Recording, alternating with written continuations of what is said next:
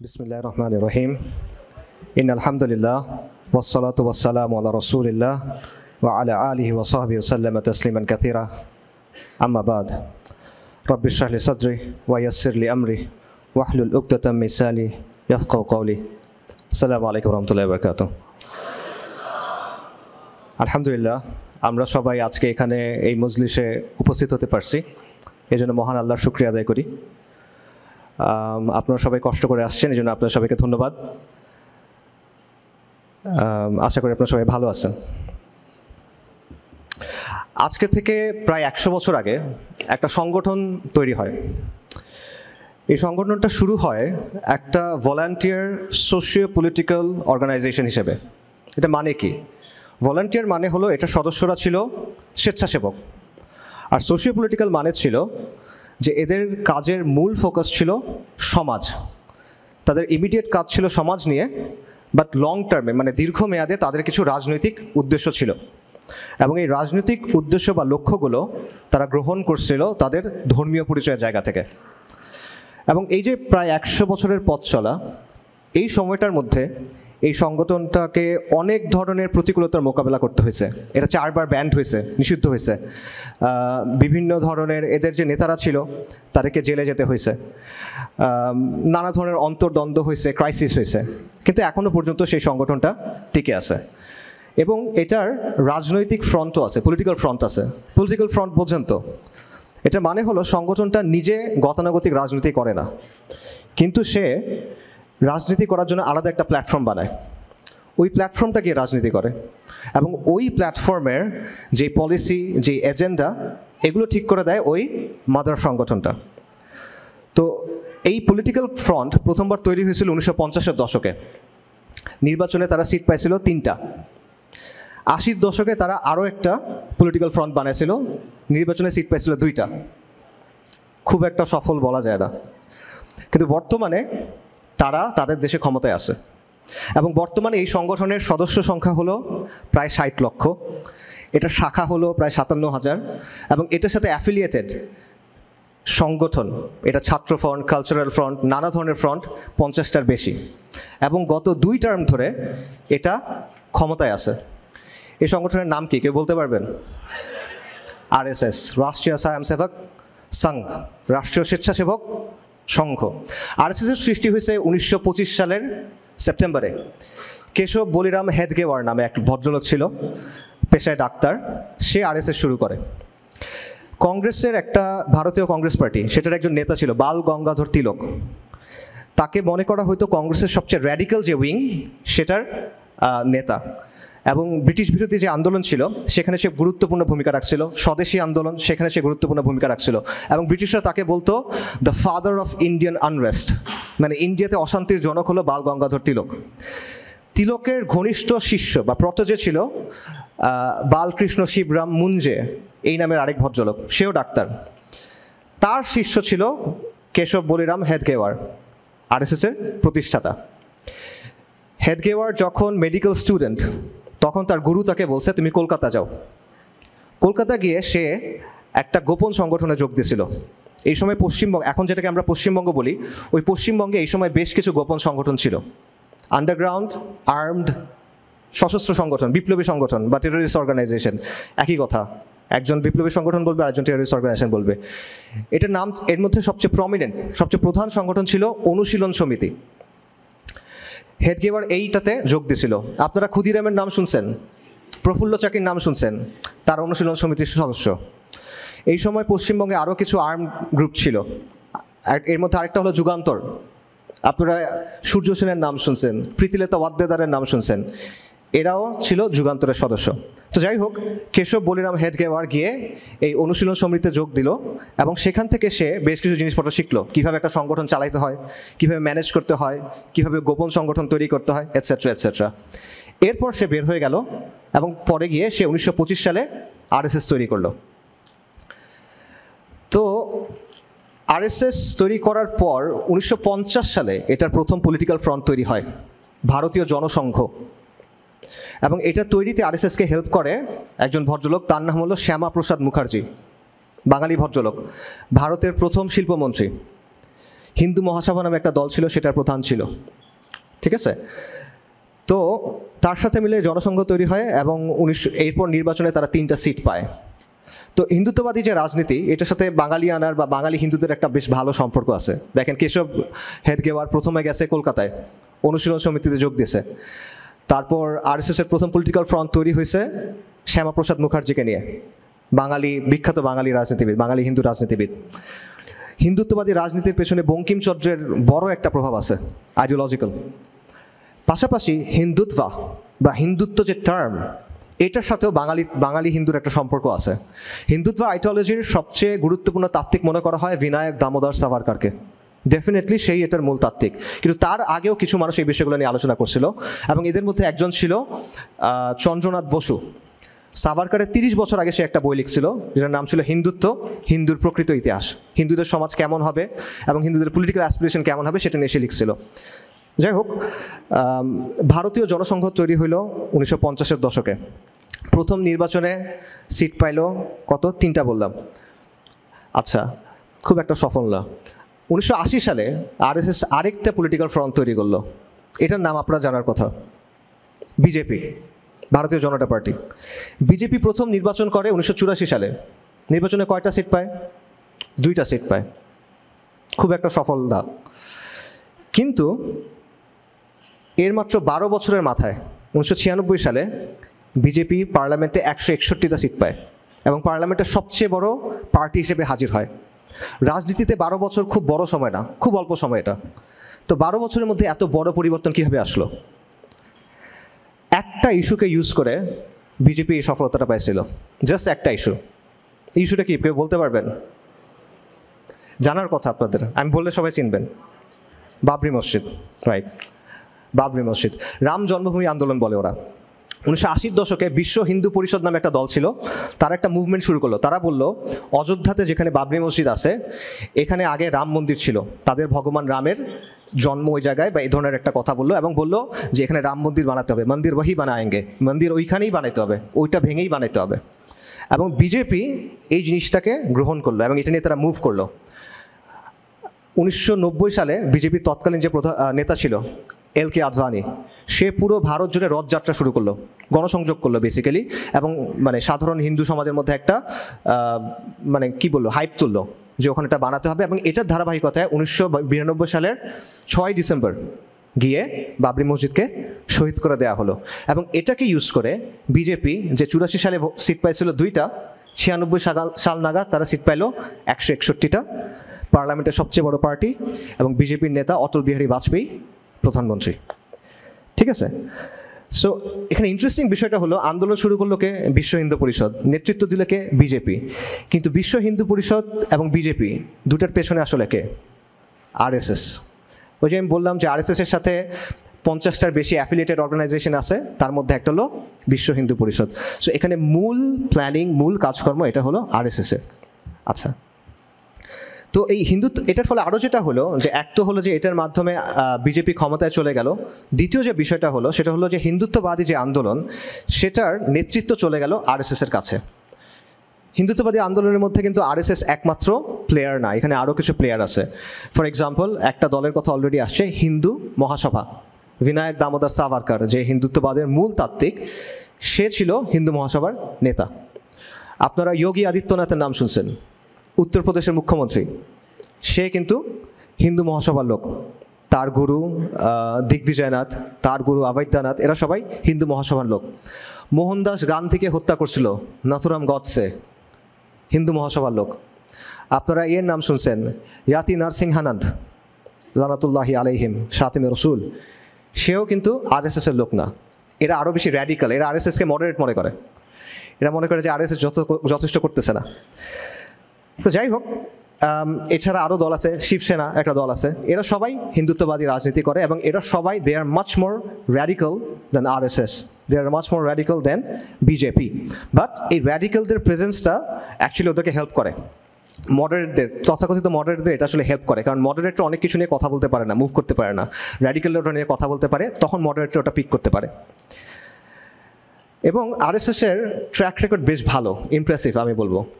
দেখেন বিজেপি যে 10 বছর ধরে ক্ষমতায় আছে, এখানে তারা বেশ ইম্পর্টেন্ট কিছু কাজ করছে। একটা হলো কাশ্মীরের স্পেশাল স্ট্যাটাস ছিল, জম্মু এবং কাশ্মীরের স্পেশাল স্ট্যাটাস ছিল অনুচ্ছেদ 370। সংবিধানের আন্ডারে স্পেশাল কিছু মর্যাদা জম্মু এবং কাশ্মীর প্রদেশকে দেওয়া হয়েছিল, এটার মাধ্যমে তারা ইন্ডিয়ান ফেডারেশনে যুক্ত হয়েছিল। বিজেপি এটা বাতিল করে দিয়েছে 2019 সালে। এটা 1951 সাল থেকে আরএসএসের একটা গোল ছিল, প্রায় 70 বছর সময় নিয়েছে, কিন্তু তারা এটা বাস্তবায়ন করছে। আরেকটা হলো সিএএ, সিটিজেনশিপ অ্যামেন্ডমেন্ট অ্যাক্ট। এটা আপনারা জানেন যে এটাও 2019 সালে পাশ করা হয়েছে, এবং বিশেষ করে আসামে আপনাদের কাছে লক্ষ লক্ষ মুসলিমকে বেসিক্যালি সেকেন্ড ক্লাস সিটিজেনে পরিণত করা হয়েছে, তাদের নাগরিকত্ব অস্বীকার করা হয়েছে, অনেককে ডিটেনশন সেন্টারে রাখা হয়েছে। এবং এটাও হিন্দুত্ববাদী রাজনীতির একটা খুব গুরুত্বপূর্ণ এজেন্ডা। কেন? কারণ সাভারকারের বক্তব্য ছিল যে ভারতে যদি মুসলিমদের থাকতে হয় তাহলে তাদের হিন্দু হয়ে যেতে হবে, কালচারালি হিন্দু হয়ে যেতে হবে, আকিদাগতভাবে যাই থাকুক। আর যদি তারা এটা না করে তাহলে তাদের এখানে থাকতে হবে সেকেন্ড ক্লাস সিটিজেন হিসেবে। তো এই যে সিএএ হইল, সিটিজেন অ্যামেন্ডমেন্টশিপ অ্যাক্ট, এটার মাধ্যমে বেসিক্যালি অ্যাটলিস্ট আসামে মুসলিমরা সেকেন্ড ক্লাস সিটিজেনে অলরেডি পরিণত হয়ে গেছে। এবং জেনোসাইড ওয়াচের যে প্রতিষ্ঠাতা ডক্টর গ্রেগরি স্ট্যান্টন, উনি বলতেছেন যে আসামে জেনোসাইডের একটা পায়তারা চলতেছে, প্রসেস চলতেছে। পাশাপাশি রাম মন্দির নির্মাণ, এটা আপনারা জানেন যে এই বছরের 22শে জানুয়ারি রাম মন্দির কিন্তু উদ্বোধন করা হয়েছে। আচ্ছা, আপনারা ভাবতেছেন যে আমি আরএসএস নিয়ে এত কথাবার্তা কেন বলতেছি। আমাদের অনুষ্ঠান হলো মুসলিমবঙ্গ স্বপ্ন, সম্ভাবনা এবং বাস্তবতা, আর আমার টপিক হলো মুসলিমবঙ্গ অস্তিত্ব, সংকট এবং সামাজিক শক্তি, রাইট? সেখানে আরএসএস কোত্থেকে আসলো? কানেকশনটা কি? একটা কানেকশন আছে। আচ্ছা, আমাকে বলেন, এই যে প্রায় 100 বছরের পুরনো একটা সংগঠন, যাদের সদস্য 60 লাখ, যাদের সাথে অ্যাফিলিয়েটেড প্রতিষ্ঠান 50টার বেশি, যারা 2 টার্ম ধরে ক্ষমতায়, যাদের 57,000-এর বেশি শাখা, এদের আলটিমেট গোল কি? অখণ্ড ভারত। অখণ্ড ভারত কি? অখণ্ড ভারত মানে হলো আফগানিস্তান থেকে শুরু করে বার্মা পর্যন্ত একটা পলিটিক্যাল এন্টিটি হবে, রাইট? একটা পলিটিক্যাল এন্টিটি হবে, এবং এটা একটা হিন্দু রাষ্ট্রের অধীনে থাকবে। এটা হলো অখণ্ড ভারত। এবং এটা একটা বেসিক্যালি এক্সপ্যানশনিস্ট পলিটিক্যাল প্রজেক্ট, একটা সম্প্রসারণবাদী রাজনৈতিক প্রকল্প। এই বিশাল এরিয়া তারা নিজেদের নিয়ন্ত্রণে আনতে চায়। আরএসএসের একজন মুখপাত্র ছিল রাম মাধব, এখনও আছে। 2015 বা 16 সালে আল জাজিরাতে তার একটা সাক্ষাৎকার ছিল, আপনারা অনেকে হয়তো দেখছেন, মেহেদি হাসানের সাথে। সেখানে সে বলতেছে যে আরএসএস এখনও বিশ্বাস করে যে এই জায়গাগুলো, বাংলাদেশ, পাকিস্তান, এই টাইপের জায়গাগুলো, যেগুলো এই অল্প কিছুদিন আগে আলাদা হয়ে গেছে, 60 বছর আগে, এরা আবার একসাথে হয়ে অখণ্ড ভারত প্রতিষ্ঠিত হবে। ওপেনলি বলছে। কিভাবে হবে? 2 জার্মানি ভাগ হয়ে গেছিল, তারা এক হয়েছে না? এক হয়েছে তো। 2 ভিয়েতনাম আলাদা হয়ে গেছিল, তারা এক হয়েছে। ইউরোপিয়ান ইউনিয়নের মতো ফেডারেশন তৈরি হয়েছে। এরকম কোনোভাবে হবে? সমস্যা কই? আসামের মুখ্যমন্ত্রী হেমন্ত শর্মা, সে 2022 সালে বলছে যে রাহুল গান্ধীকে বলতেছিল যে ভারত পাকিস্তান বাংলাদেশ এক করে অখণ্ড ভারত বানাও না কেন তোমরা, এটা বলতেছিল। তারপর আরএসএসের যে প্রধান মোহন ভাগাবত, তার একটা বক্তব্য আছে গত বছরের। সে বলতেছে যে এখন যারা তরুণ, এরা বুড়ো হওয়ার আগে অখণ্ড ভারত প্রতিষ্ঠা হয়ে যাবে। 2022 সালের বক্তব্য আছে, সে বলতেছে আমাদের গাড়ি ছেড়ে দিছি আমরা, গাড়ি চলতেছে, এই গাড়িতে কোনো ব্রেক নাই, খালি অ্যাক্সেলারেটর আছে, এই গাড়ি থামবে না, যে থামাতে চেষ্টা করবে সে ধ্বংস হয়ে যাবে। এই স্পিডে যদি চলি 20 থেকে 25 বছরের মধ্যে অখণ্ড ভারত প্রতিষ্ঠা হয়ে যাবে। আর যদি একটু বেশি জোরে চালাবো আমরা, তাহলে 10 থেকে 15 বছর। এটা আরএসএসের প্রধানের কথা, ঠিক আছে? এখন আরএসএস প্র্যাগম্যাটিক, তারা পেশেন্ট, সবরের সাথে কাজ করে, বাস্তববাদী। প্রমাণ তো আমরা দেখলাম, আমি আপনাদের কিছু প্রমাণ বললাম। এবং দেখেন, এই যে 23 সালে ভারতের একটা নতুন সংসদ ভবন উদ্বোধন হয়েছে নিউ দিল্লিতে। সেখানে একটা মিউরাল, মানে একটা বড় স্থাপত্যকর্ম তারা রাখছে, এখানে একটা ম্যাপ আছে। ওই ম্যাপটা কিন্তু ইন্ডিয়ার বর্তমান ম্যাপ না, ওটা অখণ্ড ভারতের ম্যাপ। অর্থাৎ দে মিন বিজনেস, তারা সরাসরি বলে যে তারা এটা চায়, এবং তারা এখানে কোনো রাগঢাক করে না। এখন আসেন আমার আলোচনার সাথে এটার কানেকশন কি সেটা বলি। আচ্ছা, আরএসএস এবং হিন্দুত্ববাদী যে মুভমেন্ট, সেটা অখণ্ড ভারত প্রতিষ্ঠা করতে চায়। Does that concern us or not? এটা নিয়ে থেকে আমরা চিন্তা করা উচিত নাকি না? তাদের অখণ্ড ভারতের মধ্যে কি আমরা পড়ছি কিনা? পড়ছি, যারাই এখানে পড়ছে তাদের সবার এটা নিয়ে চিন্তা করা উচিত। আফগানিস্তান ছাড়া, আফগানিস্তানের মনে হয় এটা নিয়ে চিন্তা করার দরকার নাই। যারা সোভিয়েত ইউনিয়ন, হুবা, আমেরিকাকে যারা হারাইছে তাদের টাইম নাই ইন্ডিয়া নিয়ে চিন্তা করার, বাট বাকি আমাদের চিন্তা করার দরকার আছে। আচ্ছা, বিশেষ করে আমাদের জন্য, কারণ আমাদের 3 দিকে ভারত আর আমাদের একদিকে সমুদ্র, রাইট? সো এটা আমাদের জন্য কনসার্ন না শুধু, এটা আমাদের জন্য একটা থ্রেট, এটা আমাদের জন্য একটা এক্সিস্টেন্সিয়াল ক্রাইসিস। এক্সিস্টেন্সিয়াল ক্রাইসিস মানে কি? অস্তিত্বের জন্য হুমকি। মনে করেন একটা জাহাজ সমুদ্রের মধ্যে ঝড়ের মধ্যে পড়ছে, হারাই গেছে, ক্যাপ্টেন মারা গেছে, কম্পাস নাই, এটা হলো ক্রাইসিস। আর জাহাজ মনে করেন ফুটা হয়ে গেছে, পানি ওঠা শুরু করছে, এটা হলো এক্সিস্টেন্সিয়াল ক্রাইসিস। কারণ এখন তার কিছু করতে হবে, কিছু না করলে সে আলটিমেটলি ধ্বংস হয়ে যাবে। আমি মনে করি, এবং আমার মনে হয় যে কোনো সুবিবেচক মানুষ মনে করবে যে এই ব্যাপারটা আমাদের জন্য একটা ক্রাইসিস, ঠিক আছে? এই যে প্রজেক্টটা, এই স্বপ্নটা, এটা একটা এক্সিস্টেন্সিয়াল ক্রাইসিস, এটা একটা এক্সিস্টেন্সিয়াল থ্রেট। অনেকে বলতে পারেন যে আরে ধুর, এগুলো কোনো সমস্যা না, এগুলো জাস্ট রেটরিক, এগুলো কিছু উগ্র সাধু বলে, পলিটিশিয়ানরা এগুলো ইউজ করে, বাট আলটিমেটলি এটা কোনো বড় ইস্যু হবে না। আর বর্তমান পৃথিবীতে আসলে এরকম কোনো কিছু হয়ও না। আর এই বিজেপি টিজেপি এটা পরের নির্বাচনে জিতবেও না, এগুলো নিয়ে এত চিন্তা করার কিছু নেই, এগুলো অ্যালার্মিজম। ঠিক আছে, আমি মানলাম, হ্যাঁ এটা হইতে পারে, এটা একটা সম্ভাবনা, বাট এটা কি একমাত্র সম্ভাবনা কিনা? এটা একমাত্র সম্ভাবনা না, এখানে অন্য সম্ভাবনা আছে। আর এখানে আমি কয়েকটা বিষয়ে পয়েন্ট আউট করব। 1 নাম্বার, এই যে আমি কিছু এক্সাম্পল দিলাম, রাম মন্দির, জম্মু এবং কাশ্মীরের স্পেশাল স্ট্যাটাস এবং সিটিজেনশিপ অ্যামেন্ডমেন্ট অ্যাক্ট, এরকম বেশ কিছু এক্সাম্পল আছে। এগুলো কিন্তু দশকের পর দশক ধরে তারা বাস্তবায়ন করছে। এগুলো আমরা একসময় রেটরিক মনে করছিলাম। 92 সালে বাংলাদেশে কিন্তু লং মার্চ হয়েছিল, যারা বয়স আছে তারা জানবেন। আমরা কি তখন মনে করছিলাম এগুলো হয়ে যাবে? আমার মনে হয় না মনে করছে। জম্মু ও কাশ্মীরের মানুষ হয়তো মনে করে নাই, আসামের লোকজন হয়তো মনে করে নাই, কিন্তু তারা কিন্তু তাদের কাজ করে গেছে। সো আপনি তাদের কাজটা সিরিয়াস মনে করতে না পারেন, আপনি মনে করতে পারেন এটা ডিলিউশন, সমস্যা নেই, এটা ডিলিউশন হইতে পারে, আসলে ডিলিউশন হইতে পারে, হয়তো এটা কোনোদিনও হবে না। কিন্তু পয়েন্টটা হলো এটা একটা বিপজ্জনক ডিলিউশন, এবং এটা সে বিশ্বাস করে, আপনি বিশ্বাস না করেন, সে তো বিশ্বাস করে। এখন সে যদি কিছু করে ফেলে আপনি কী করবেন? এটা আপনার চিন্তা করতে হবে। এটা একটা পয়েন্ট। আরেকটা পয়েন্ট হলো, বাংলাদেশকে কন্ট্রোল করা এটা শুধুমাত্র বিজেপির এজেন্ডা না, বা এটা শুধুমাত্র আরএসএসের এজেন্ডা না, এটা একটা সর্বভারতীয় এজেন্ডা। ঠিক আছে, ভারতের যত পলিটিক্যাল পার্টি আছে, যত পলিটিক্যাল শক্তি আছে, তারা সবাই এভাবেই বাংলাদেশকে দেখে। ঠিক আছে, আলটিমেটলি কংগ্রেসও কিন্তু এক্সপ্যানশনিস্ট পলিটিক্যাল প্রজেক্টে বিশ্বাস করে। আপনারা নেহরু ডক্ট্রিনের কথা শুনছেন, সেম কথা মোরলেস। সিকিমের কথা শুনছেন আপনারা, নেপালের রাজ পরিবারকে হত্যা করা হয়েছিল, এটা আপনারা শুনছিলেন। তামিল টাইগারকে কারা হেল্প করছিল, পিলখানার কথা আপনারা দেখছেন, রাইট? সেগুলো কাদের টাইমে হয়েছে? এগুলো একটাও বিজেপির টাইমে হয় নাই, কিন্তু কংগ্রেসের টাইমে হয়েছে বেশিরভাগই। সবচেয়ে বড় এক্সাম্পল দেখেন, হাসিনার ব্যাপারে বিজেপির অবস্থান, কংগ্রেসের অবস্থান, আম আদমি পার্টির অবস্থান, পার্থক্য কি? কোনো পার্থক্য নাই। তাদের সবার মত হলো যে বাংলাদেশে হাসিনাকে দরকার, হাসিনার মতো একটা লোক দরকার যে বাংলাদেশকে ভারতের একটা ভেসেল স্টেট, ভারতের একটা করদ রাজ্য বানায় রাখবে। ঠিক আছে, এবং এটা মনে করার কারণ আছে, এটা মনে করার অ্যাকচুয়াল খুব ভালো লজিক আছে। ঢাকা বিশ্ববিদ্যালয়ের ইন্টারন্যাশনাল রিলেশনশিপের প্রফেসর ডক্টর শহীদুজ্জামান, আমি ওনার একটা বক্তব্য দেখতেছিলাম, উনি বলতেছিল যে উনি নাকি একটা টক শোতে দেখছেন জয়শঙ্কর সাহেব, ভারতের পররাষ্ট্রমন্ত্রী, উনি বলতেছেন the very creation of Bangladesh is a threat to the northeast provinces, মানে বাংলাদেশের অস্তিত্বটাই ভারতের নর্থ ইস্ট যে প্রভিন্সেস, 7 সিস্টার্স, এটার জন্য একটা থ্রেট। জয়শঙ্কর বলতেছেন, আমি শিওর না উনি বলছেন কিনা, ডক্টর শহীদুজ্জামান বলছেন উনি বলছেন। বাকি উনি বলুক বা না বলুক, এটাই বাংলাদেশের ব্যাপারে ভারতীয় যে ন্যাশনাল সিকিউরিটি এস্টাবলিশমেন্ট তাদের অবস্থান, এবং এটা একটা লজিক্যাল অবস্থান আমি মনে করি।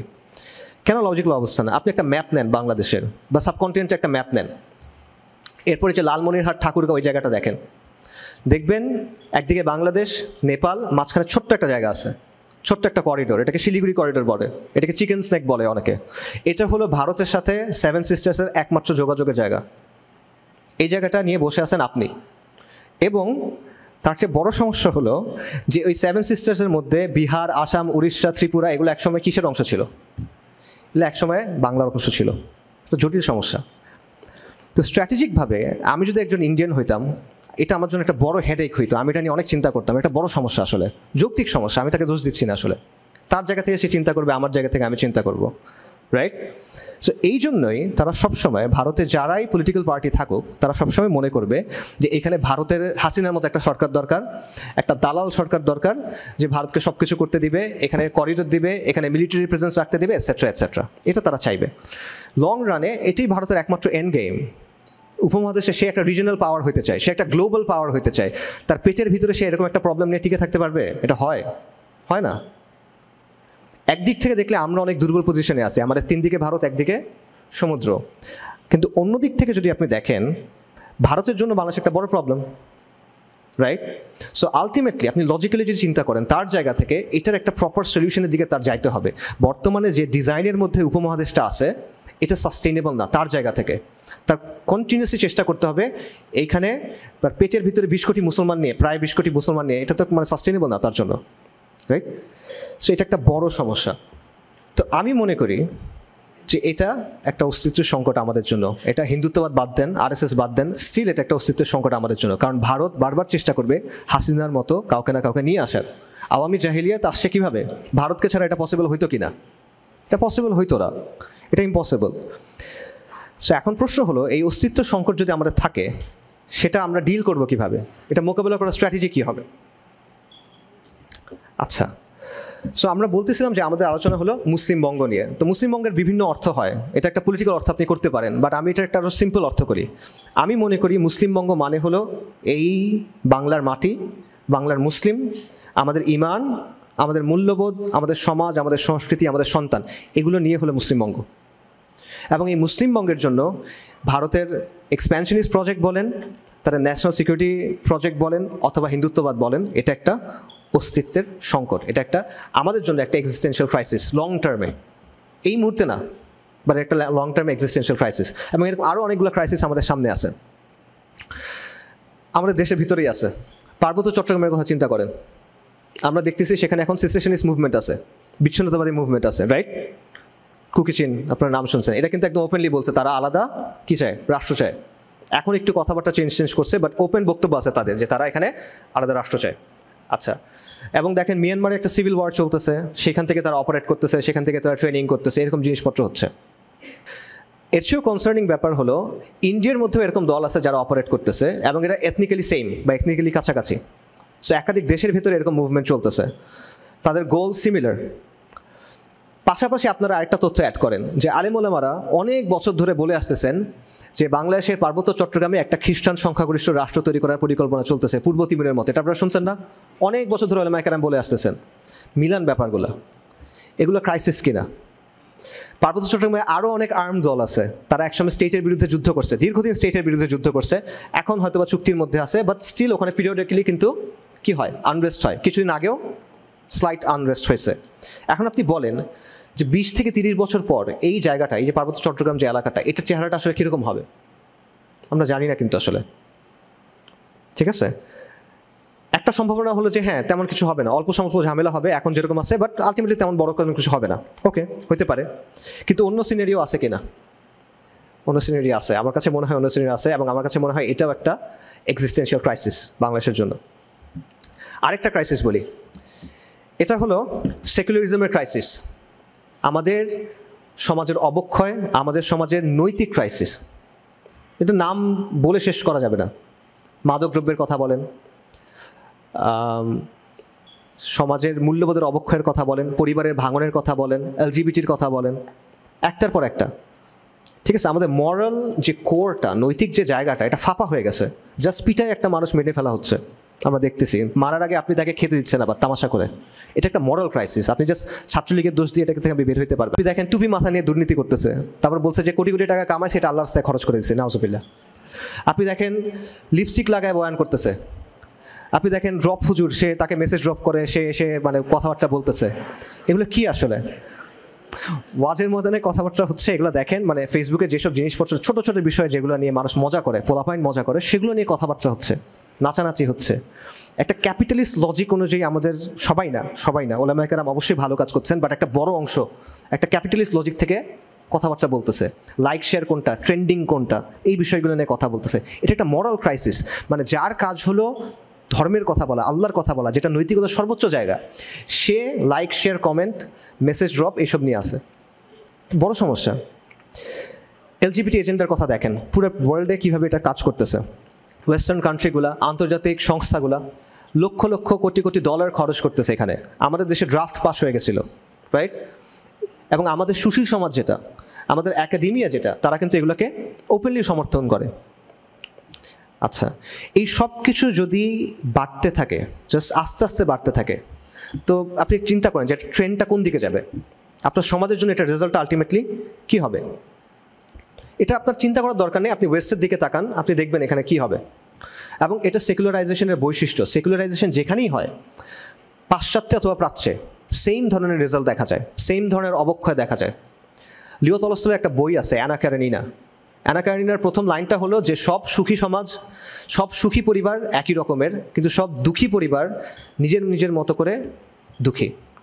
তো আমার মনে হয় সেকুলারাইজেশনের ক্ষেত্রে একই ধরনের কথাটা বলা যায় একটু চেঞ্জ করে, যে সব নন সেকুলার প্রি মডার্ন সমাজের স্বকীয়তা আছে, বৈচিত্র্য আছে, কিন্তু সব সেকুলার সমাজ, সব সেকুলারাইজ সমাজ একই রকমভাবে অসুস্থ, একই রকমভাবে পচে যাওয়া, একই রকম অবক্ষয়ের শিকার। তো এই যে অবক্ষয়ের রাস্তায় যে আমরা হাঁটতেছি, এটার ফলাফলটা আলটিমেটলি কই? এবং এই সেকুলারাইজেশন কিন্তু কন্টিনিউয়াসলি ধর্মের যে বলয় এটা ছোট করে নিয়ে আসবে। সেকুলারাইজেশনের বা সেকুলার রাষ্ট্রের মূল বৈশিষ্ট্য এটা, সে ধর্মের যে বলয় এটাকে ক্রমাগত ছোট করে নিয়ে আসতে থাকবে।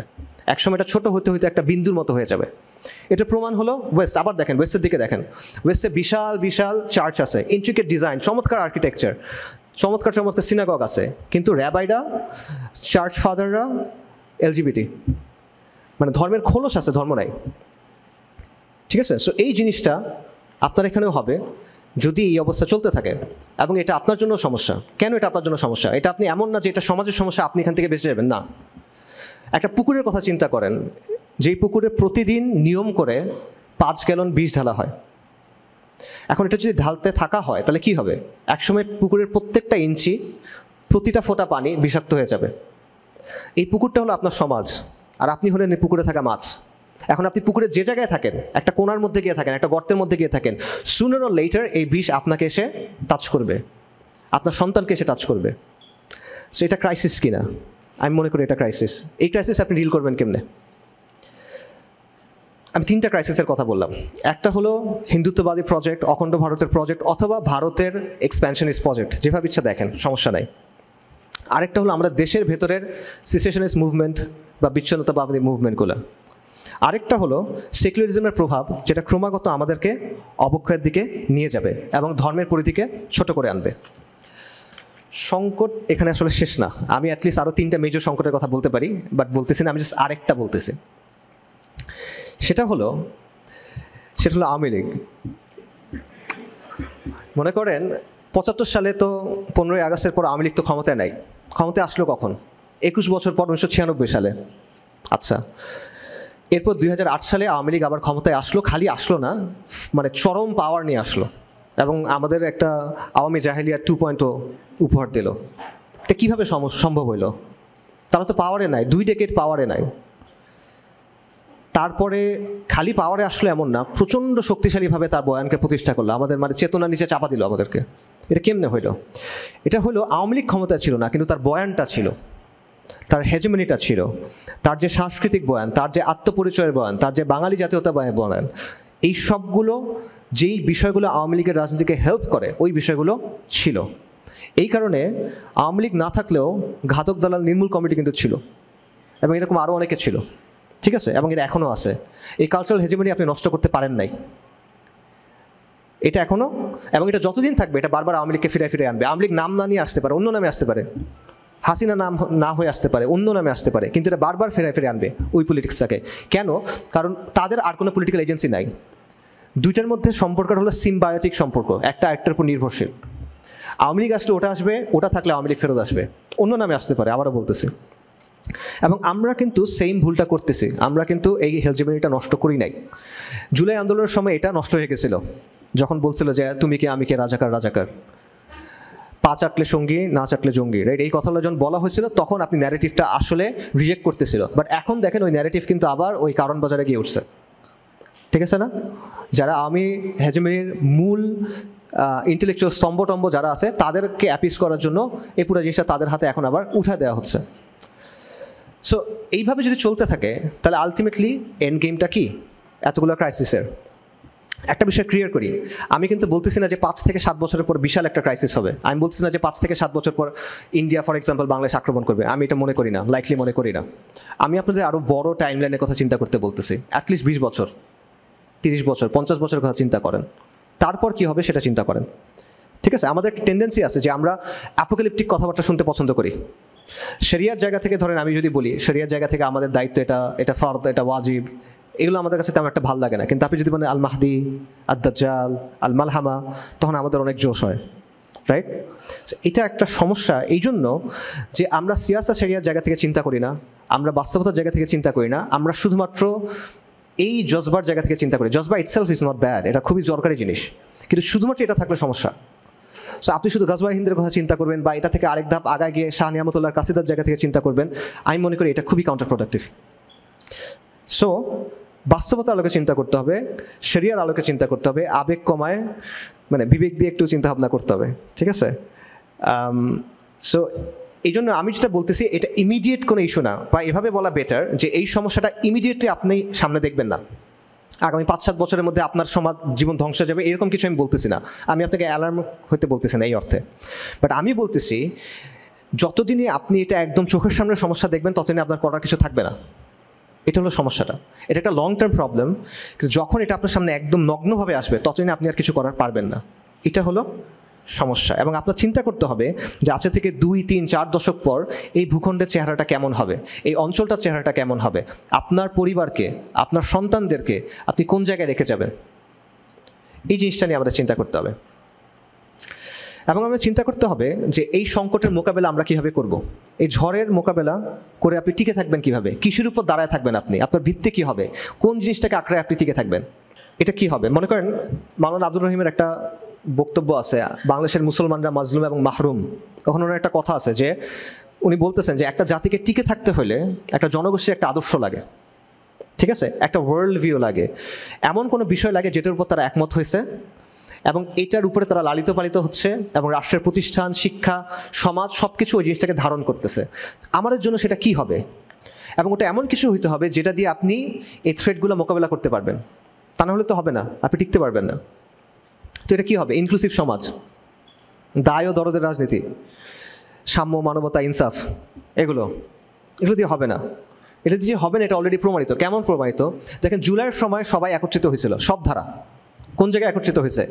হাসিনা মস্কো, এখানে তারা একত্রিত হয়েছে। কিন্তু এরপর দেখেন বিভেদ কিন্তু বাড়তেছে। এই যে কথাগুলো বললাম, ইনক্লুসিভ সোসাইটি, দায় ও দরদ, সাম্য, মানবতা, ইনসাফ, এগুলো কিন্তু মানুষকে একত্রিত করতে পারতেছে না। কোনো ন্যাশনাল কনসেনসাস কিন্তু তৈরি করা যাচ্ছে না, এবং এটা তৈরি করা যাবেও না। এটা আমি আজকে 2 মাস না 3 মাস হলো, যাই হোক যেটাই হয়েছে, এখন বলতেছি আপনারা 2 বছর পর মিলাই নিয়েন। এই বিষয়গুলো নিয়ে আসলে ন্যাশনাল কনসেনসাস হবে না। আরেকটা অপশন আছে, অনেকে যেটা বলে যে সেকুলারিজমের বিকল্প একটা ভার্সন লাগবে। যে সেকুলারিজমের একটা ভার্সন হলো শাহবাগী ভার্সনটা, যেটা খুব কলকাতা ইনফ্লুয়েন্সড, যেটা খুব হিন্দুত্ববাদী সংস্কৃতি ইনফ্লুয়েন্সড, এবং যেটা একটা ফ্রেঞ্চ টাইপের সেকুলারিজম, খুব র্যাডিক্যাল অ্যাগ্রেসিভ ধরনের একটা সেকুলারিজম।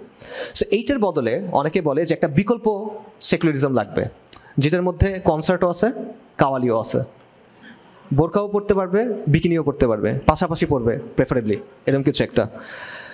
তো সেকুলারদের একটা অংশ মনে করে ওই র্যাডিক্যাল শাহবাগী ঘরানার যে সেকুলারিজম আছে এটা খুব বেশি দিন টিকবে না, এই কারণে এই বিকল্প ধারার সেকুলারিজমটা লাগবে। এবং এটাকে মুসলিম সেকুলারিজম বলে, কোট আনকোট, যে আপনি কালচারালি একটা মুসলিম পরিচয় রাখবেন, কিন্তু সেটার মধ্যে ইসলাম তেমন একটা থাকবে না, ঠিক আছে? এখানে আবারও শরিয়া থাকবে না, আল ওয়ালা ওয়াল বারা থাকবে না, হালাল হারাম থাকবে না, ঠিক আছে, এগুলো কোনো কিছু থাকবে না, জাস্ট একটা কালচারাল পরিচয় হিসেবে মুসলিম ব্যাপারটা থাকবে। But this is doom to fail, এটা আসলে কাজ করে না, কারণ ইসলাম এমন একটা জিনিস যেটা আসলে মিক্স হয় না কোনো কিছুর সাথে। ইসলাম ডমিনেট করে, ইসলাম ডমিনেটেড হয় না। সো আপনি যদি এই টাইপের কিছু একটা করেন, এটা আলটিমেটলি টিকে থাকবে না। এবং এটা প্রমাণ আছে। এটা প্রমাণ কি? এটা সবচেয়ে ভালো প্রমাণ হলো মুসলিম লীগ। মুসলিম লীগ একটা এক্সট্রিমলি সাকসেসফুল পলিটিক্যাল প্রজেক্ট ছিল। 1906 সালে তৈরি হয়েছে, 47-এর মধ্যে তার একটা আলাদা দেশ বানায় ফেলছে, তাই না? Extremely successful. তারপরে কি আজকে মুসলিম লীগ কই? তার চেয়ে বড় কথা হলো মুসলিম লীগের ফার্স্ট জেনারেশন নেতারা, তাদের ছেলেদের অবস্থা কী, তাদের সন্তানদের অবস্থা কী? এরা সব কাট্টা সেকুলার, অনেক এক্সাম্পল আছে, সব কাটটা সেকুলার। বাংলাদেশে আবুল হাসিম সাহেব, তার ছেলে হলো বদরুদ্দিন ওমর, পাক্কা কমিউনিস্ট। এবং এটা একটা না, অসংখ্য এক্সাম্পল আছে। সো ব্যাপারটা হলো, আপনি যখন কালচারালি মুসলিম পরিচয়টা ধারণ করবেন, এটা ওই এক জেনারেশন থাকবে, এরপর গিয়ে ওটা টিকবে না। ওই কালচারাল মুসলিমদের পরের জেনারেশন হবে পাক্কা লিবারাল শাহবাগী সেকুলার, মোরাললেস, বা let's say French style secular, শাহবাগী যদি না বলি। সো আলটিমেটলি এই সো কল্ড মুসলিম ভার্সনের সেকুলারিজম দিয়েও আপনি ওই জিনিসটা পাবেন না যেটা দিয়ে আপনি এই ক্রাইসিসগুলোর মোকাবেলা করতে পারবেন। এটা মুসলিমদের আলটিমেটলি কিছুই দিতে পারবে না, রাদার এটা মুসলিমদের ধোঁকা দিয়ে মুসলিমদের কিছু স্বপ্ন দেখাবে মরিচিকার মতো, এবং মুসলিমদের আরও সেকুলারিজমের সাথে যুক্ত করবে। তাহলে বাকি কি থাকে? কোন জিনিসটা দিয়ে আমরা এই সংকটের মোকাবেলা করব? এখানে একমাত্র সমাধান ইসলাম। এটা একমাত্র লজিক্যাল সমাধান, এটা কোনো রিলিজিয়াস সমাধান না। আমি আবারও বলছি, আমি মনে করি প্র্যাগম্যাটিক্যালি একমাত্র সমাধান এখানে ইসলাম। এটা ছাড়া আর কোনো ভায়াবল সলিউশন এখানে নাই। যদি আপনি দিল্লির আগ্রাসন মোকাবেলা করতে চান, যদি আপনি সেকুলারাইজেশনের ফোর্সকে থামাইতে চান, যদি আপনি একটা কোহেসিভ শক্তির মাধ্যমে এই ভূখণ্ডকে একসাথে রাখতে চান, যদি আপনি কালচারাল হেজিমনিকে ভাঙতে চান, তাহলে আপনার ইসলামকে লাগবে। ইসলাম ছাড়া কী দিয়ে মোকাবেলা করবেন আপনি? ইসলাম এই মাটি এবং মানুষের সাথে মিশে আছে। যখন ব্রিটিশরা আমাদের উপর আগ্রাসন চালাইছে, বারবার ইসলামকে আঁকড়ায় ধরে আমরা তাদেরকে মোকাবেলা করার চেষ্টা করছি, আমরা প্রতিরোধ করার চেষ্টা করছি। ইসলামের শক্তিতে আরবের একটা কোণা থেকে বিস্ফোরিত হয়ে মুসলিমরা পুরো পৃথিবীব্যাপী সভ্যতা তৈরি করছে। হরমুজানের কাছে যখন চিঠি নিয়ে গেছিল সাহাবারা, বা মুসলিমদের কাছ থেকে ছিঁড়ে ফেলে দিয়েছিল, এরা কারা? মরুভূমিতে দৌড়াদৌড়ি করা কুকুর আসছে আমাদেরকে কথা বলতে। নবী সাল্লাল্লাহু আলাইহি ওয়াসাল্লাম যখন শুনছিলেন, হেসে বলছেন যে আল্লাহ আযজা ওয়া জাল তার সাম্রাজ্যকে ছিঁড়ে টুকরা টুকরা করে দিবেন। আল্লাহ আযজা ওয়া জাল করে দিচ্ছেন। মঙ্গল সাম্রাজ্য ধ্বংস হয়ে গেছে, হিটলারের থার্ড রাইখ ধ্বংস হয়ে গেছে। 1000 বছর 10,000 বছর থাকার কথা তারা বলছিল, ইসলাম রয়ে গেছে, ইসলাম থাকবে। এবং এখনও আমরা দেখতেছি ইসলামকে আঁকড়ে ধরে, আমাদের হিস্ট্রি দেখেন, ইসলামকে আঁকড়ে ধরে নানা এথনিসিটির মানুষ তারা সাম্রাজ্য তৈরি করছে, সালতানাত তৈরি করছে। ইন্দোনেশিয়া থেকে মরক্কো পর্যন্ত একের পর এক সমৃদ্ধ সাম্রাজ্য তৈরি হয়েছে এই ইসলামকে আঁকড়ে ধরে। এবং এখনও আমরা দেখতেছি এই ইসলামকে আঁকড়ায় ধরে 30 বছরের ব্যবধানে বা 40 বছরের ব্যবধানে দুইটা সুপার পাওয়ারকে হারানো হয়েছে। আর কেউ এটা পারে নাই। ইসলাম রেইন সুপ্রিম। এবং এটি আল্লাহর প্রতিশ্রুতি, শুধু ইসলাম পারবে, আর কেউ পারবে না। ইয়া আইয়ুহাল্লাযীনা আমানু উসবিরু ওয়া সাবিরু ওয়া রাবিতু ওয়াত্তাকুল্লাহা লাআল্লাকুম তুফলিহুন। ঠিক আছে, যদি আমরা বলি যে ইসলামের মাধ্যমে সমাধান হবে, তখন প্রশ্ন হলো এটা আমরা কিভাবে করব? আমরা মুসলিম বঙ্গের সামনে থাকা সংকটের কথা বললাম, এবং আমরা বললাম যে এটা সমাধানটা হইতে হবে ইসলাম দিয়ে, এখানে আর কোনো অপশন নাই। কিন্তু আমাদের সমাজ, আমাদের দেশ কি ইসলামের উপর আছে? নাই। আগে আপনার সমাজ এবং দেশকে ওটার উপর আনতে হবে। তো কীভাবে? তো এটার মাল্টিপল স্টেজ আছে, অনেকগুলো ধাপ আছে, একটা ধাপ নাই এখানে। আমি মনে করি, এখানে আপনারা আমার সাথে দ্বিমত করতে পারেন, কোনো প্রবলেম নাই। আমি মনে করি এটার প্রথম ধাপ হলো সামাজিক শক্তি অর্জন করা। যদি আপনি চান যে এই ভূখণ্ড ইসলামকে আঁকড়ে ধরে রাখবে, এই পরিচয়ের উপরে দাঁড়াবে এবং এটার ভিত্তিতে এই সংকটগুলো মোকাবেলা করবে, তাহলে প্রথম ধাপ হলো সামাজিক শক্তি অর্জন করা। স্ট্যাটাস কো দিয়ে হবে না। আমাদের দেশে চলমান অনেক দিনই কাজ আছে, এবং আমি কোনোটা সমালোচনা করতেছি না, কিন্তু আমি আবারও বলতেছি, স্পষ্টভাবে বলতেছি, এটা দিয়ে হবে না। কেন হবে না? আমি একটা এক্সাম্পল দিই। মনে করেন যেই কাজগুলো আছে এগুলো সব 10 দিয়ে গুণ করেন, সবগুলো কাজ 10 দিয়ে গুণ করেন। এবার বলেন একটা রেজাল্ট পাইছেন না? এবার বলেন এই সংকটগুলো কি দূর হবে? তখন বাংলাদেশে মসজিদ মাদ্রাসা যতগুলো আছে 10 গুণ বেড়ে গেল, সংকটগুলো দূর হবে? বাংলাদেশে যে পরিমাণ মানুষ ইসলামী বইটই কিনে 10 গুণ বেড়ে গেল, সংকট দূর হবে? দাওয়াতি যে সংগঠনগুলো আছে তাদের সদস্য 10 গুণ বেড়ে গেল, সংকট দূর হবে? হবে না। আপনার আলাদা কিছু লাগবে। ঠিক আছে, দেখেন বিভিন্ন দিনই মেহনত চলতেছে, এবং শরীরের সাথে সামঞ্জস্যপূর্ণ সব মেহনতকে আমরা ভালোবাসি, সাপোর্ট করি, নো ডাউট। সেটা ইসলামের শিক্ষা হোক, দাওয়াত ও তাবলীগ হোক, ইসলাহের কাজ হোক, তাজকিয়াতুন নাফসের কাজ হোক, শরিয়া সম্মত সব কাজকে আমরা মোহাব্বত করি, আমরা সাপোর্ট করি। এই কাজগুলো চলতে হবে, এই কাজগুলো আরও বাড়তে হবে, এই কাজগুলো আমাদের সবার হেল্প করতে হবে, এটা নিয়ে কোনো ডাউট নাই। কিন্তু এই সংকটগুলো মোকাবেলার জন্য এবং সামাজিক শক্তি তৈরি করার জন্য আপনার আলাদা কিছু কাজ লাগবে, জাস্ট এগুলো দিয়ে হবে না। এটা হলো আমার কথা। এবং বাংলাদেশের যে কোনো ইসলামী প্রজেক্ট, যে কোনো কাজকে আপনি যদি প্রপারলি আগায় নিতে চান, আপনার সামাজিক শক্তি লাগবে, এটা ছাড়া হবে না। এবং আমি মনে করি যত কাজ আছে সামাজিক শক্তি অর্জনের কাজটা এটার সম্পূরক, এটার প্রতিদ্বন্দ্বী না। ঠিক আছে, এটা প্রতিদ্বন্দ্বী না, এটা সম্পূরক একটা কাজ। এবং এখানে স্পেসিফাই করি সামাজিক শক্তি মানে কি, কারণ এই জিনিসটা আমাদের কনফিউশন কাজ করে। সামাজিক শক্তি বলতে আমি বোঝাচ্ছি যে আপনি আপনার নিজের, আপনার চারপাশের পরিস্থিতিকে প্রভাবিত করতে পারতেছেন। একদম সহজভাবে যদি বলি, আপনি পরিস্থিতিকে নিয়ন্ত্রণ করতে পারতেছেন, আপনি চাপ প্রয়োগ করতে পারতেছেন, আপনি দাবি আদায় করতে পারতেছেন, আপনি অন্য গোষ্ঠীর উপর আপনার চাপ প্রয়োগ করার ক্যাপাসিটি ইউজ করতে পারতেছেন। ঠিক আছে, সো এটা হলো এমন একটা শক্তি যেটা ইউজ করে আপনি আপনার উদ্দেশ্য অর্জন করতে পারেন। এটা হলো সামাজিক শক্তি।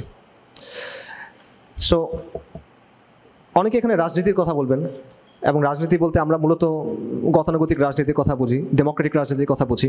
আমি মনে করি যে এটা দিয়ে আসলে এই সমাধানগুলো করা সম্ভব না। এই সমাধানগুলো করা আলটিমেটলি এগুলোর দ্বারা সম্ভব না। নির্বাচনী রাজনীতি দিয়ে আপনি আওয়ামী লীগই দমন করতে পারবেন না, ভারত অনেক দূরের কথা। এবং এটা আমরা দেখছি যে আমরা 75 থেকে 91 অবস্থা দেখছি, 91 থেকে তারপরে 2008 অবস্থা দেখছি। নির্বাচনী রাজনীতির কিছু নিজস্ব সমীকরণ থাকে, কিছু নিজস্ব লজিক থাকে, কিছু হিসাব নিকাশ থাকে। এটা ওই জায়গায় সেন্স মেক করে। আমি বলতেছি না যে এগুলো একদম অর্থহীন, এটা ওই কনটেক্সটের মধ্যে সেন্স মেক করে, কিন্তু ওটা দিয়ে এই প্রবলেমগুলো আপনি সলভ করতে পারবেন না। কালচারাল হেজেমনিকে আপনি এটা দিয়ে দমন করতে পারবেন না, বরং এটার ভেতর দিয়ে আপনার নিজেকে ইনক্লুসিভ হওয়ার জন্য, প্লুরালিস্টিক হওয়ার জন্য অনেক কিছু করতে হবে। ঠিক আছে, যেগুলো অনেক কিছু আমরা এখন দেখতেছি আই গেস। সো সামাজিক শক্তি অর্জনের যে কাজটা, এটা কি ব্যক্তিগত পর্যায়ের কাজ, আপনি একা একা করবেন? আমরা সবাই যদি ঈমান আমলের উন্নয়ন করি আমরা নিজেদের অবস্থা থেকে, বা আমাদের আকীদা ঠিক করি, তাহলে এটা হয়ে যাবে না? এটা হবে না। এটা একটা কালেকটিভ কাজ, সামষ্টিকভাবে এই কাজটা করতে হবে, একত্রিত হয়ে এই কাজটা আমাদেরকে করতে হবে। এবং এটার জন্য শর্টে বলি, টাইম বেশি নাই, এর মধ্যে কয়েকটা কাজ আপনার করতে হবে। সেটা হলো সমাজের মধ্যে ব্যাপকভাবে ইসলামী চেতনা আপনার ছড়াই দিতে হবে। সমাজের একটা সিগনিফিক্যান্ট অংশ, সবাই না, সবাই কখন এটা গ্রহণ করে না, নবী রাসূলদের দাওয়া সবাই গ্রহণ করে নাই আলাইহিস সালাতু ওয়াস সালাম, সিগনিফিক্যান্ট একটা অংশ এই দাওয়াটা গ্রহণ করতে হবে। এবং এই দাওয়াটা কি? পূর্ণাঙ্গ জীবন বিধান হিসাবে ইসলামকে গ্রহণ করা, এই দাওয়াটা তার গ্রহণ করতে হবে। পাশাপাশি সমাজের মনোজগতে আপনার পরিবর্তন আনতে হবে। সমাজকে আপনার একটা হলো ব্যক্তি পর্যায়ে দেওয়া, আর একটা হলো সমাজের সামনে বারবার এই বিষয়গুলো প্রেজেন্ট করা, সমাজকে ধাক্কা দেওয়া, তার চিন্তার জায়গাটা ডিস্টার্ব করে দেওয়া। সে একটা উপায়ে চিন্তা করতে অভ্যস্ত হয়ে গেছে, সেখানে ধাক্কা দিয়ে দিয়ে তাকে ওখান থেকে বের করে আনা। এবং ইসলাম ও সেকুলার ব্যবস্থার যে দ্বন্দ্ব, বারবার এটাকে সামনে নিয়ে আসা, এবং সমাজের যে সমস্যা আছে, মানুষের যে চাহিদা আছে, এগুলোর ভায়াবল সমাধান হিসেবে ইসলামকে প্রেজেন্ট করা বারবার। সো দুটো জিনিস বললাম। তৃতীয় একটা বিষয় আপনার লাগবে, সেটা হলো মানুষ। আর মানুষ লাগবে, মানুষ হইতে হবে আপনার হাতিয়ার। এখানে কোন মানুষকে আপনি আনবেন? যারা মাদ্রাসা স্টুডেন্ট, যারা তাবলিগ জামাত করেন, যারা বিভিন্ন ইসলামী দল করেন, না, তাদের আনবেন না। কেন আনবেন না? কারণ তারা অলরেডি আপনার সাথে একমত, তার সাথে আপনার মতপার্থক্য নাই, তেমন অল্প কিছু মতপার্থক্য আছে। এই ক্রাইসিসগুলোর ক্ষেত্রে সে আপনার বিরতি না, কখনো না। এবং অলরেডি তারা গুরুত্বপূর্ণ কাজ করতেছে, আপনার তারকে ওখান থেকে ছুটে আনার দরকার নাই। আপনি মূল সমাজের কাছে যান, আপনি সমাজের ওই অংশটার কাছে যান যারা জুলাই আন্দোলনকে সফল করছে, যারা 90-এর গণঅভ্যুত্থানকে সফল করছে, যারা 71-কে সফল করছে, যারা ইভেন 47-কে সফল করছে, তার কাছে যান। সে হোক আপনার টার্গেট গ্রুপ, ঠিক আছে? আপনি তার কাছে যান, আপনি তাকে বোঝান, এবং আপনি তাকে দিনের দিকে নিয়ে আসেন এবং দিনের কাজ করান, তাকে দিয়ে সোশ্যাল অ্যাক্টিভিজম করান, সামাজিক অঙ্গনে কাজ করান, তাকে দিয়ে আপনি সমাজের সাথে এঙ্গেজ করান, এবং তার মাধ্যমে আপনি একটা জনগণের শক্তি তৈরি করেন। তাহলে আপনার একটা আদর্শ থাকবে, আপনার সমাজে আপনার দাওয়ার একটা প্রভাব থাকবে, এবং আপনার সাথে মানুষ থাকবে, ঠিক আছে? আপনার সাথে জনগণের একটা শক্তি থাকবে। এই তিনটা জিনিস যখন আপনি অর্জন করবেন, তখন আপনি সামাজিক শক্তি অর্জনের প্রথম ধাপটা পার করতে পারছেন, ঠিক আছে? তখন আপনি একটা স্বতন্ত্র শক্তি হিসেবে হাজির হইতে পারবেন। তখন আপনার দাবি দেওয়া বাস্তবায়ন করার, দাবি দেওয়া আদায় করার একটা ক্ষমতা থাকবে। তখন আপনি একটা বিকল্প সোশিও পলিটিক্যাল ব্লক হিসেবে হাজির হইতে পারবেন, ঠিক আছে? আমরা এখন বলি যে অমুক কেন এই বিষয় নিয়ে কথা বলে না, আলেমরা কেন এটা নিয়ে করে না, অমুকরা কেন তেমন করে না, আমরা কমপ্লেইন করি। তখন আপনার কমপ্লেইন করতে হবে না, আপনি তখন উলামায়ে কেরামকে গিয়ে হেল্প করতে পারবেন, আপনি তাদের হাতকে শক্তিশালী করতে পারবেন। অমুক কেন করে না এটার বদলে আপনি তখন নিজে করতে পারবেন। এটা হলো ক্যাপাসিটি অর্জন করা। এই কাজটাতে গ্ল্যামার নাই, ঠিক আছে? কাজটা গরম কাজ না, আবারও বলতেছি, ধৈর্য নিয়ে কষ্ট করে করে করতে হবে, বাট ইট ওয়ার্কস। এটা টাইম টেস্টেড পদ্ধতি। There is nothing new under the sun. মানে সমাজে, রাজনীতির ইতিহাসে আসলে মানে খুব নতুন কোনো কিছু আসলে নাই। যা আগে কাজ করছে তা পরেও কাজ করবে, আপনার জাস্ট চেঞ্জিং কন্ডিশনের সাথে সেটা অ্যাডাপ্ট করতে হবে। সো যখন সামাজিক শক্তি হবে, তখন এই চ্যালেঞ্জগুলো মোকাবেলা করার প্রথম ধাপে আপনি গেছেন। এখন আপনি আসলে খেলোয়াড় না দর্শক, দর্শক, আপনার কথার কোনো মূল্য নেই। আপনি সারাদিন এটা নিয়ে চিন্তা করতে পারেন, চিন্তা করতে করতে বিছনায় পড়ে যেতে পারেন, কোনো লাভ নাই।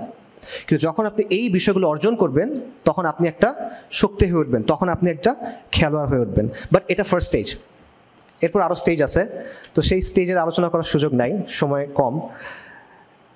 আমি জাস্ট শেষ করি। সেটা হলো শেখ উমর মাহমুদ উসমান হাফিজাহুল্লাহ, ওনার একটা কথা আছে, সেটা হলো আমরা যখন ক্রুসেডের ইতিহাস পড়ি আমরা অল্প কয়েকজন মানুষের ইতিহাস পড়ি, নুরুদ্দিন জিঙ্গি, সালাহুদ্দিন আইয়ুবী, শেরকু রাহিমাহুল্লাহ, তাদের কথা আমরা পড়ি, রাইট? এবং এটা পড়তে গিয়ে আমাদের ধারণা হয় যে ক্রুসেড যুদ্ধটা মনে হয় খুব সেন্ট্রালাইজভাবে হয়েছিল। বদরের যুদ্ধ যেরকম হয়েছিল, রাসূলুল্লাহ সাল্লাল্লাহু আলাইহি ওয়াসাল্লাম নেতৃত্ব দিয়েছেন, একটা দল এখানে একটা দল এখানে, এইভাবে মনে হয় যুদ্ধ হয়েছে। বাট ব্যাপারটা কিন্তু আসলে এরকম না। এই যুদ্ধটা লম্বা সময় ধরে চলছে এবং এর বেশিরভাগ সময় আসলে সমন্বিতভাবে, সেন্ট্রালাইজভাবে এই ব্যাপারটা হয় নাই, ঠিক আছে? বেশিরভাগ সময় যেটা হয়েছে, মুসলিমরা ছোট ছোট দল উপদলে ভাগ হয়ে লড়াই করছে, ঠিক আছে? হয়তো এমন হয়েছে যে মনে করেন কোথাও একটা নগর রাষ্ট্র আছে বা একটা দুর্গ আছে, সেই দুর্গের যারা মুসলিমরা আছে বা ওখানকার যারা মুসলিম তারা একজনকে নেতা বানাইছে, নেতা বানায় ক্রুসেডারদের বিরুদ্ধে জিহাদ করছে। অথবা কোনো গ্রামের লোকজন তারা একজন আলেমকে নেতা বানায় ক্রুসেডারদের বিরুদ্ধে জিহাদ করছে। অথবা ছাত্ররা তাদের শিক্ষককে নেতা বানায় ক্রুসেডারদের বিরুদ্ধে যুদ্ধ করছে। এবং এটা ঐতিহাসিকভাবে প্রমাণিত। একজন ক্রুসেডের সময়ের যোদ্ধা, কবি, আলেম ছিলেন উসামা ইবনু মুন্দিক, 1188 খ্রিস্টাব্দে মারা গেছেন। ওনার একটা বই আছে আল এতেবার। ওনারা ছিলেন সিরিয়াস শাইজার নামে একটা জায়গা আছে, ওই জায়গার শাসক ছিলেন ওনারা, ছোট একটা জায়গার, মানে অনেক বড় এমন না। তো ওনাদের ওই বইতে এই হিস্ট্রি ওরকম অনেক আছে যেগুলো শাইখ আলোচনা করছেন। সো আমার পয়েন্টটা কি? আমার পয়েন্টটা হলো ক্রুসের যুদ্ধে যে বিজয়টা, এটা একটা লড়াইয়ের মাধ্যমে হয় না, এটা ছোট ছোট ছোট ছোট অনেকগুলো লড়াইয়ে জেতার মাধ্যমে আসছে। বড় বিজয়গুলো আসছে ছোট ছোট অনেকগুলো লড়াইয়ে জেতার মাধ্যমে। আমরা হিত্তিনের কথা জানি, কিন্তু হিত্তিন সম্ভব হয়েছে ওই ছোট ছোট লড়াইগুলোর কারণে, ঠিক আছে? কিন্তু ওইগুলোর কথা আমরা চিন্তা করি না, আমরা প্রথমেই হিত্তিনের কথা ভাবি। এটা হলো সমস্যা। সো এখানে কি নুরুদ্দিনের কোনো ভূমিকা নাই, সালাহুদ্দিনের কোনো ভূমিকা নাই? অবশ্যই আছে, অবশ্যই তাদের ভূমিকা আছে। তাদের ভূমিকা হলো ওই ছোট ছোট দলগুলোকে একত্রিত করা, সমন্বিত করা, বড় একটা শক্তিতে পরিণত করা এবং চূড়ান্ত লড়াইয়ে যাওয়া। কিন্তু প্রথমে চূড়ান্ত লড়াই আসে না। চূড়ান্ত লড়াই মানেই চূড়ান্ত, এটা একদম লাস্ট পর্যায়ে গিয়ে আসে। তারা এটা কখন করতে পারছেন? যখন অলরেডি ওই ছোট ছোট দল উপদলগুলো তৈরি হয়ে গেছে, যখন তারা দাঁড়ানোর মতো জায়গা করে নিছে, যখন কোমরটা শক্ত হয়েছে, তখন তারা এগুলোকে সমন্বিত করে একটা বড় শক্তিতে পরিণত করতে পারছেন, ঠিক আছে? সো যখন আপনি জমিনে দাঁড়ানোর জায়গাটা করবেন, আপনার কোমরটা যখন শক্ত হবে, তখন নুরুদ্দিনের জন্য মঞ্চ প্রস্তুত হবে, তখন সালাহুদ্দিনের জন্য মঞ্চ প্রস্তুত হবে, তার আগে হবে না। আপনি যদি প্রথমেই তার কাছে যাইতে চান, আপনি যদি প্রথমেই মনে করেন যে আজকে নুরুদ্দিন চলে আসবে, সালাহুদ্দিন চলে আসবে, এটা আসলে হবে না, এটা আনরিয়েলিস্টিক, এটা কাজ করে না। সো আমি আপনাদের বলবো যে আপনারা জজবা রাখেন, অবশ্যই রাখেন, কিন্তু বাস্তবসম্মতভাবে চিন্তা করেন। বুকের ভিতরে আগুন রাখেন, কিন্তু সেই আগুনটা নার্চার করেন, এটার জন্য দীর্ঘদিন জ্বলে। এটার জন্য এমন না হয় যেটা দাও দাও করে জ্বলবে তারপর নিভে যাবে, না, এটা বুকের মধ্যে ক্যারি করেন, সযত্নে ক্যারি করেন, এবং এটা দিয়ে আরেকজনের মধ্যে আলো জাগান, এটা দিয়ে আরেকজনের মধ্যে আগুন জ্বালান, এটা করেন। এবং যতক্ষণ পর্যন্ত সময়টা না আসতেছে, ওই প্রস্তুতি, ওই পর্যায়ে, ওই সক্ষমতা আপনি অর্জন করতে না পারতেছেন, ততক্ষণ আপনার এটা ক্যারি করতে হবে। এবং আগুন কিন্তু পুরায়, আপনি যখন আগুন ক্যারি করবেন এই আগুনটা পুরাবে, মানে আপনার কষ্ট হবে, এই কাজটা কষ্টের কাজ। তো এই কষ্টটুকু করেন, এই কষ্টটুকু করতে হবে, কারণ আমাদের অবশ্যই আমাদের নিজ কমের অস্তিত্ব, নিরাপত্তা এবং ধারাবাহিকতা রক্ষা করতে হবে। এই কষ্টটা করেন, তাহলে নুরুদ্দিনও আসবে। এই কষ্টটা করেন, তাহলে সালাহুদ্দিনও আসবে। এই কষ্টটা করেন, তাহলে ইনশাআল্লাহ ফাতাহও আসবে।